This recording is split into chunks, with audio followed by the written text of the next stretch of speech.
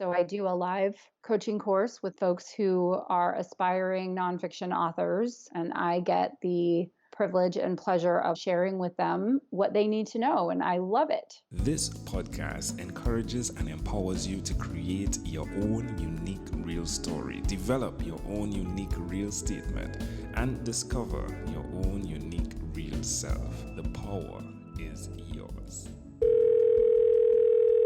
Good morning, Honorée Corder. Previously, episode 431 of the 12-Minute Convos podcast, which was just about 2 years, 8 months, 3 days, and 20 hours ago.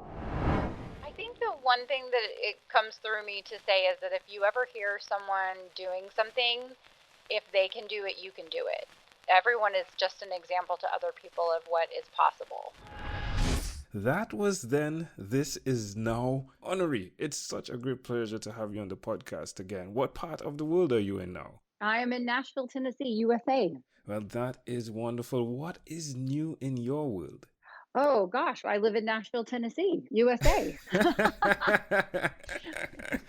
Oh, I remember just as though it was yesterday, that the humor that you held, even on your TED Talk, right? You made sure to be humorous when you said, if someone doesn't like you, that's their problem. That is Because their I'm problem. cool. That's right. And you're cool too. That's right. That's right. Yes. Well, I try to find humor because sometimes humor saves the day. I can agree with that. I can definitely agree with that. So tell us, what's happened over the last 2 years? I've written a lot of books. My daughter has graduated from high school. My family has relocated to Nashville from Austin. And gosh, in the time that I've spoken to you, I think about 8 million things have happened, but I think those are the high points. All right. So the last time we spoke, you wrote You Must Write a Book, and that was one of your passions, right? That individuals who have a story must write a book. How have things evolved from there? Well, thank you for asking. I have developed a course based on that book. So I do a live coaching course with a group of people 4 times a year.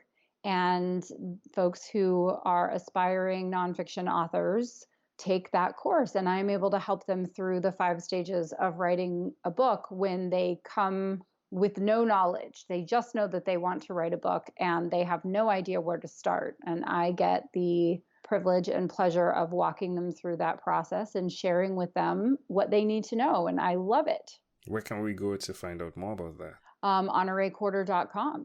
Wonderful, wonderful. So you've been doing that. You've written 1 billion books, just 1 billion. Just a billion.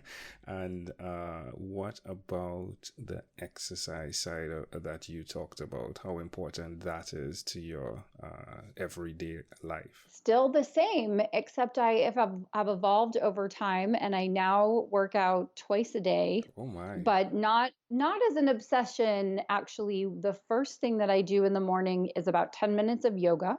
And I heard something really powerful a couple of years ago, and it was that you are only as healthy as your spine.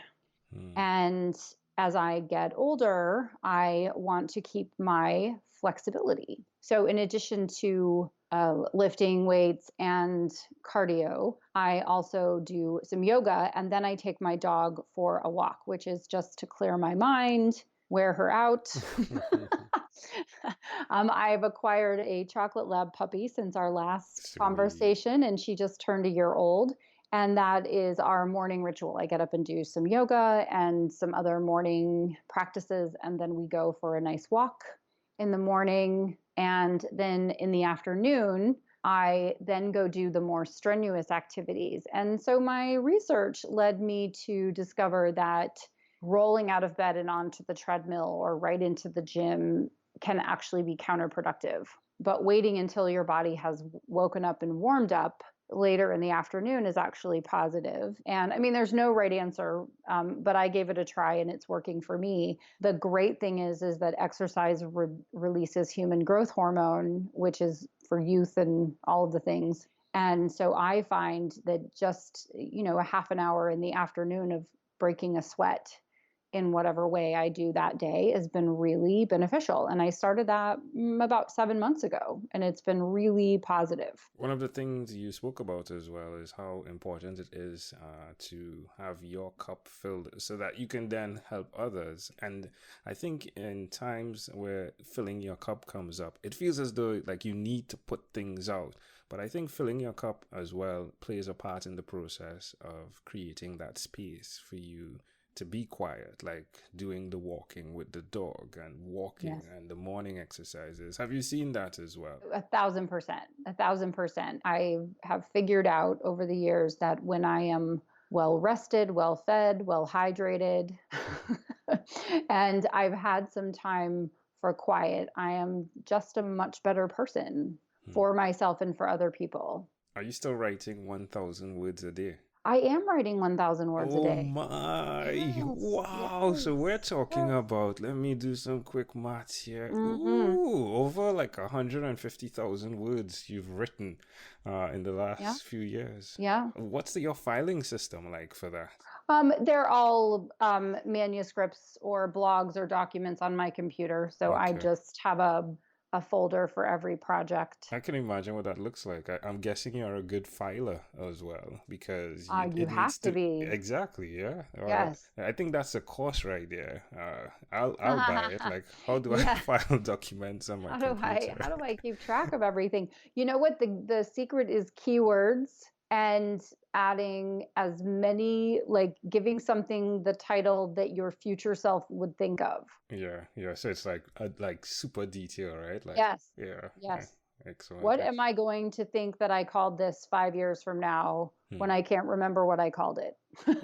Yeah. There's a thing that happened with me on the trip when we were going to meet individuals, and it happens with this particular scenario where I'm re-interviewing those that were on the podcast, listening back to my younger self. It's really intriguing. It's like my younger self is taking care of the older me, because I wouldn't be able to remember all of these conversations, every single statement. But it's really cool, right? How the younger person can take care of the younger me, or the younger version. I like that. I love that. That's wonderful. It is wonderful. So you're writing 1,000 words a day. You must write a book. The course is still going on 4 times a year.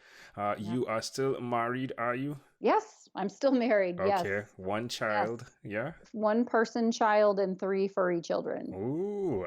You still write with the TV on in the background? You know what? I live in a different place. And so now I no longer write in a cozy place on the couch. I got myself a pretty fancy chair and I have a little den area and I sit in my den/office area and have some music and light a candle. When you look back from now to then to see what you've accomplished by staying true to your own unique real self, your own unique real strengths, how do you feel? Do you have any regrets? No. No, because I don't know that I would, even if I did. I don't really do regrets. I more do compassion for decisions that my younger self made, right? So our older selves are wiser sometimes, not always, sometimes. And I think we're doing the best we can with the information that we have in any moment.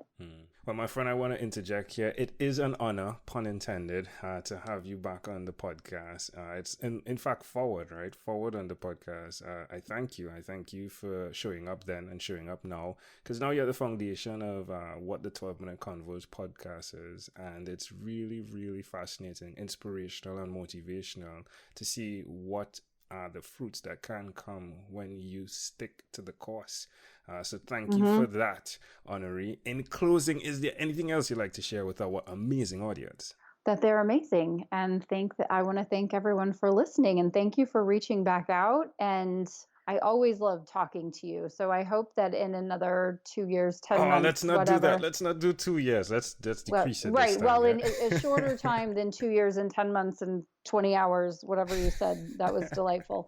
That we are connecting and putting another dot on the timeline and catching up. Love it. Again, Honorée, it's a pleasure. I treasure. Thank you for being on What is Inspired by 12-Minute Convos with Angel Jones.